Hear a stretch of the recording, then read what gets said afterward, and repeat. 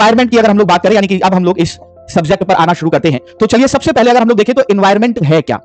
Environment है क्या इसको समझते हैं। इंग्लिश में लिखा है, हिंदी में भी बताऊंगा, इंग्लिश में तो है ही है, ठीक है ना। अगर हम लोग देखें तो लिखा क्या है, यहां पर लिखा है everything that surrounds of affects an organism during its life time is collectively known as its environment. यानी कि कहा जाए कि हमारे पृथ्वी पर मौजूद जितने भी जो जीव हैं, जो सभी चीजों से घिरे हुए हैं, चाहे वो जैविक हो यानी बायोटिक हो, चाहे वो अबायोटिक हो, इन सब चीजों से ये जो घिरे हुए हैं, ये जो एक आवरण है, ये जो एक कवर है, यही ही एनवायरमेंट है। क्या कह रहा है? That environment is defined as the sum total of living. यानी कि इस पृथ्वी पर मौजूद जीवित जीवों का जो एक समुच्चय है, जो उनका एक कलेक्टिव जो है कहा जाए ग्रुप है, इसे ही हम लोग कहते हैं एनवायरमेंट। फिर आगे क्या कह रहा है? नॉन लिविंग कंपोनेंट्स, यानी कि इसमें अजैविक भी शामिल होते हैं।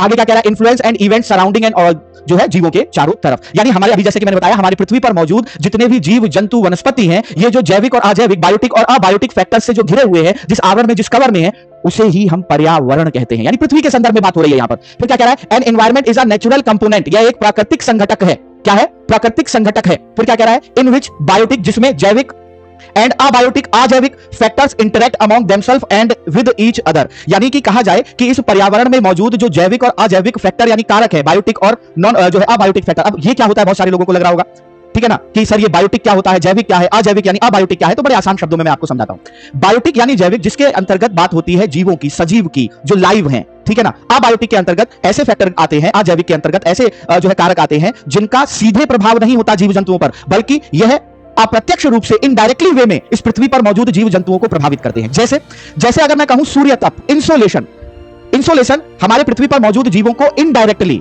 यानी अप्रत्यक्ष रूप से इफेक्ट करता है। मतलब अगर सूर्य से आने वाला प्रकाश पृथ्वी पर नहीं पहुंचेगा, अगर इंसोलेशन अर्थ पर नहीं आएगा, तो अर्थ के लिए मेजर सोर्स ऑफ एनर्जी क्या है? वो है हमारा, अगर हम लोग बात करें तो क्या, सन यानी इंसोलेशन। पृथ्वी के लिए ऊर्जा का स्रोत क्या है? सूर्य तप है। अब ये जो सूर्य तप पृथ्वी पर आ रहा है, ये जो इंसोलेशन पृथ्वी पर आ रहा है, इसको वनस्पतियां भी ग्रहण करती हैं, यानी प्लांट्स भी इसको एब्जॉर्ब करते हैं। जंतुओं के लिए भी ये आवश्यक है। अब अगर हम लोग बात करें वेजिटेशन या कहें प्लांट्स के लिए क्यों आवश्यक है, तो